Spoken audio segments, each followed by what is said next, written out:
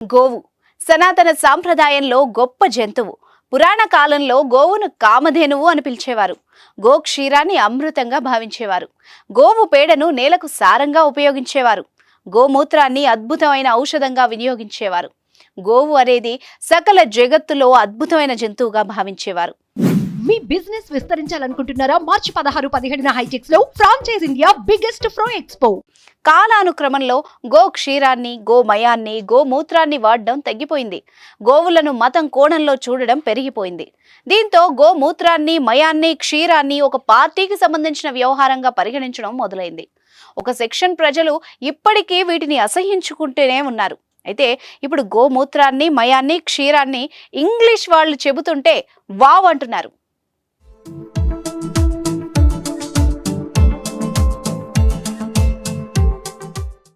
ఆవు అంటే పాలిచ్చే జంతువే అనుకోకు. గోవుకున్న గొప్పదనం ఎప్పుడు మర్చిపోకు. మనిషి లేకపోయినా బతుకుతుంది గోవు. ఆవు అస్తమించిందా ఖాయం మన చావు అని చిన్నప్పుడు పుస్తకాల్లో ఉండేది. అసలు అన్ని జంతువుల్లోకెల్లా ఆవు ఎందుకు శ్రేష్టమైంది అంటే ఆవు శరీర నిర్మాణం అత్యంత సంక్లిష్టమైంది. ప్రాణాంతకమైన రసాయనాలను శోషించుకొని అత్యంత సమర్థవంతమైన యాంటీబయోటిక్స్ ను విడుదల చేస్తుంది. అందుకే గోమూత్రంలో, గోమయంలో, గోక్షీరంలో ఔషధ గుణాలు ఉంటాయి. అవి అనేక రకాలైన వ్యాధుల్ని తగ్గిస్తాయి.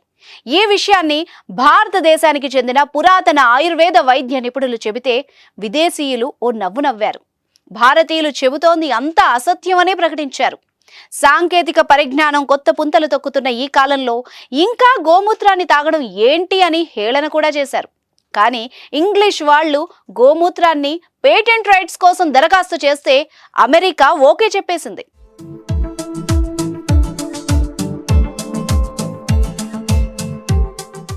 ఇక గోమూత్రాన్ని అనేక విధాలుగా పరిశీలించిన పాశ్చాత్య దేశాలకు చెందిన శాస్త్రవేత్తల బృందం పేటెంట్ రైట్ కోసం దరఖాస్తు చేస్తే అమెరికా గ్రీన్ సిగ్నల్ ఇచ్చింది.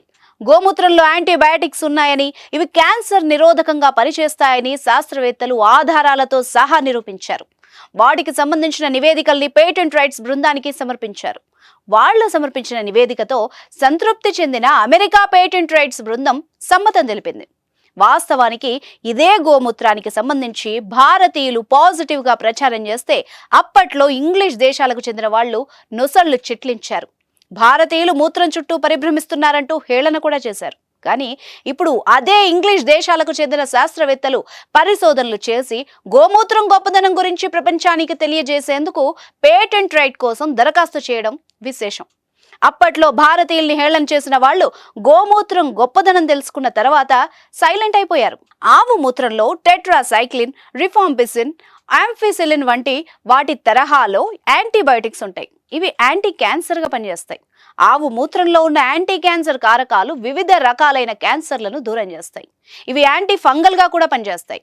ఇలాంటి బృహత్తరమైన ప్రయోజనాలు ఉన్నాయి కాబట్టే ఆవు మూత్రానికి అమెరికా పేటెంట్ రైట్స్ ఇచ్చింది.